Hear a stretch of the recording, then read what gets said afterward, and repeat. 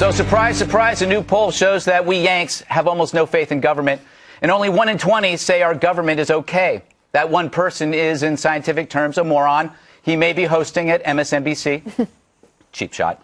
So how can big government thrive when we've seen all the messes it leaves? Detroit, D.C., Oakland, Stockton, Harrisburg, Cleveland, Baltimore, on and on. Progressivism brings poverty. Yet, as it necrotizes all it invades, we still let it infest New York City. How come? Well, if you want to sell something bad, you got to change its name. Wealth redistribution is called fairness.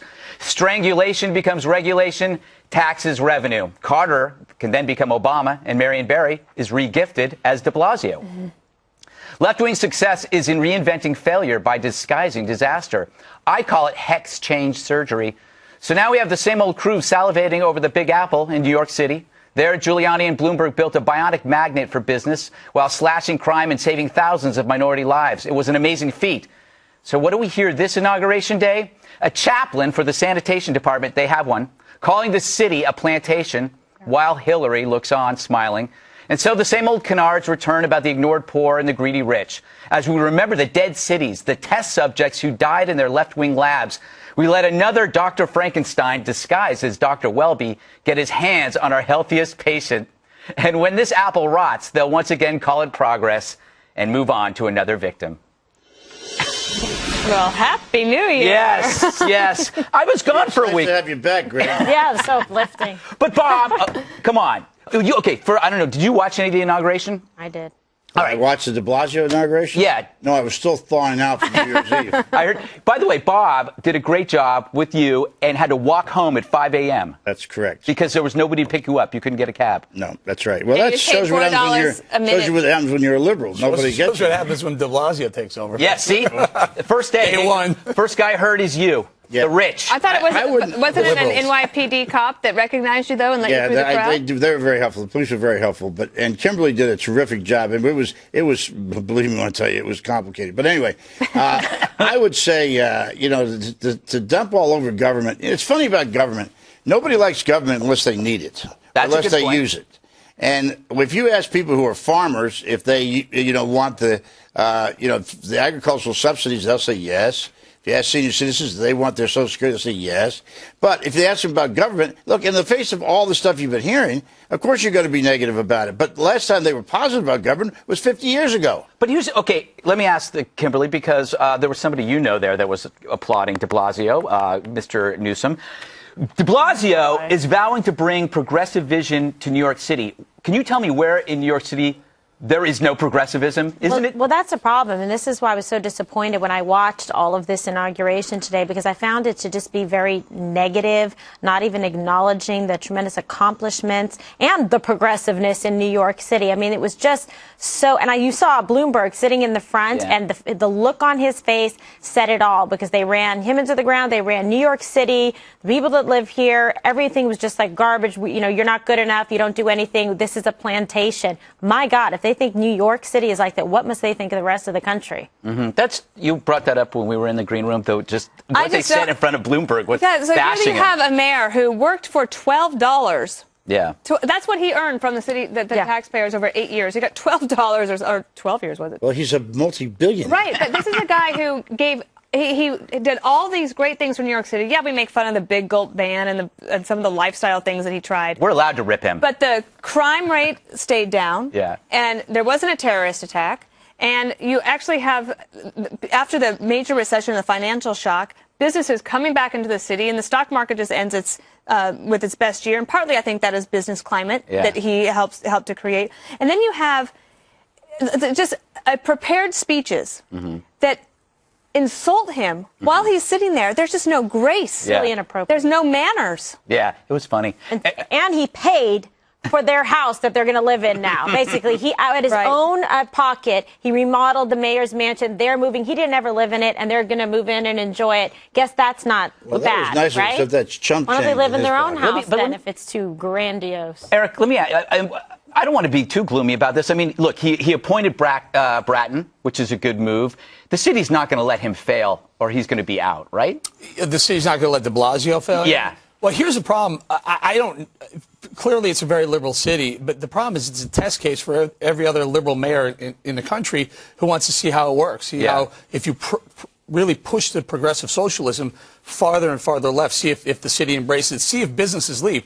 Really, we've made fun of Bloomberg over the years pretty harshly on this show elsewhere, but only for his social issues, only for his goofiness with big gulps and bans on salt and cigarettes and things like that, but not for his business climate, not for what he did for the economy. Dana points out, makes a very good point, that businesses felt comfortable coming back to New York after 9/11 because Bloomberg made it a business-friendly environment. De Blasio is not that guy. De Blasio is the opposite of that. De Blasio is the guy who's going to raise the taxes, and businesses right now, especially Wall Street, is going to go, what do you mean you're going to raise it even more? You're going to raise we're already paying 4.5%. City tax alone, you jack that up even more and put a corporate tax taxes. on. No one wants to buy businesses here. will flee. Yeah, where are they going to flee to? They're going to flee to Florida. Texas. Florida, New Jersey, They're going to flee to Texas. Fort Lee, New Jersey, right across the river. And they have tax increases, Hoboken, right? New Jersey, And they right have over there, tax right? increases. Well, if they're going to increase taxes, they're going to find a place that doesn't increase taxes. There's one thing about revenue, which is that in order to do what you need to do to make a government work, you need revenue. And if rich people have to pay revenue, screw them. They ought to pay it. But you know what? You're going to run out of rich people. Because they're being made by the millions every year. How do you make a rich person if you keep punishing them? No, they get a much bigger percentage of what's available, and those in the middle and the bottom fall. So they pay the majority of the taxes if you look at the actual. And to the larger point of the monologue in regards to people's feeling distrust in government writ large, I think part of that is because it's not that I think that there are some rich people who have said, count me as somebody who wants to pay more taxes if they thought that the reforms were going to actually work. Right. But the problem is people are distrustful of government because big programs that try to get rammed through actually don't work. And one of the things that de Blasio is focusing on is education and pre-K through 12th grade education and free preschool for everybody. The problem is that the schools at work, the charters, are the ones that are basically going to get the ones that are working are the ones that are going to get hurt in all of this. Right. Speaking, I want to play this sound on tape. First, it's Clinton, and then it's de Blasio from yesterday, because de Blasio says something I think is interesting. I strongly endorse Bill de Blasio's core campaign commitment that we have to have a city of shared opportunities, shared prosperity, shared responsibilities. We are called to put an end to economic and social inequalities that threaten to unravel the city we love. And so today we commit to a new progressive direction in New York. And that same progressive impulse has written our city's history. Okay, God, I'm sorry. Almost swore. It's like 1980 or something. He's saying he's talking about social inequality threatening to unravel the city we love. Is he talking about New York City? I don't know what he's talking about. Like another planet, not here, somewhere else in the solar system. That's why it just didn't make any sense. I felt like I was trapped in some kind of bizarre time machine. I'm like, what is this guy talking about? Does he even know anything about New York City or all the accomplishments? This is the place where everybody wants to come and live. Until now, they're going to. What does he mean by social? The financial inequality. Okay, I can wrap my head around that. But the social inequality in New York City? Yeah. What is he talking about? I don't get it. No. Bob? Well, I just, the thing that just amazes me, when you say things like that, my dear friend, the fact is that you're talking about people want to come and live in New York. Where do they want to live? They want to live in Manhattan. They want to live in Soho. They want to live in the East Side. They want to live in the West Side. Do they want to live in the Bronx? Do they want to live in Brooklyn? When you say it's Yeah, they do. You know how expensive property is in Brooklyn? Yeah, that's exactly what you're going to say, right? Yeah, Park Slope. And if you play, look, most of the people in this city are losing ground, and the wealthy are making up more and more money. Under Obama, right? Yeah, sure.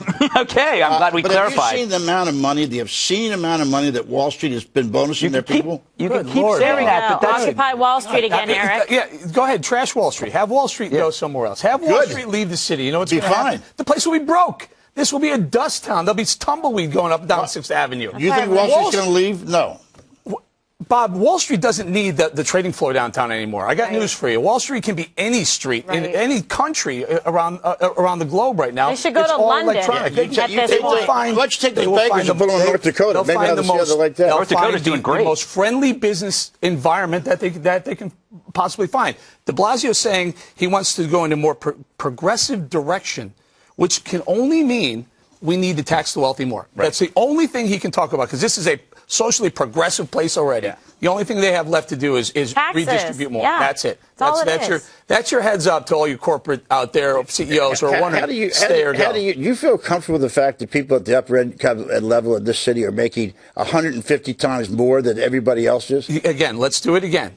Rising tide raises all boats. The problem is the other boats haven't risen. The yachts have. What do you mean? The yachts are doing great. So everyone's entitled to make the same amount of money as a CFO. No, not the same amount of money, but they ought to be able to share in some of this. They pay roughly half of all taxes. I think more. Yeah, I think the upper top 5 like to 4 or 5 7%. And what percentage of the income do they take? What's the difference? What's the difference? No difference at all. Don't say they pay over half of it, but they make about 75% of the profit. You should be thrilled that someone's making $1 billion on Wall Street because he's paying $500 million in taxes. I am thrilled. I just think you could pay probably $700 million. We'd be fine. Oh, really? Like, we'd be fine. But, like, what's really going to change if they get more money? I think that's my point of, like, the people's distrust of government. That's the what part is of it actually right. going to change? Do you believe that what he's going to do with education is going to work? So far, what's happened with education reforms in this country has not worked. Mm-hmm. So the question is preschool has proven to be, in certain areas, has proven to be very successful. Here in this city, it is not. Can he do something about that? I just wouldn't prejudge the guy. We're he's prejudged everybody else. It's not really prejudging. He's basically saying it, Bob. Yeah, we're going a more progressive direction. We know what progressivism is. Right. Did he lay out a tax increase on you? He says he's going to raise taxes. A day in the office. Yeah, he said he'll pay higher taxes too. I know. You live here and earn here, you're going to pay a lot more. Whatever you do, don't buy property in New York. All right, we got to go. You mean actually out in Long Island, you mean, right? I'm saying in Manhattan, do not buy property out here because the real estate tax. The Chamber of Commerce is going to call. I know. Okay, ahead on the 5.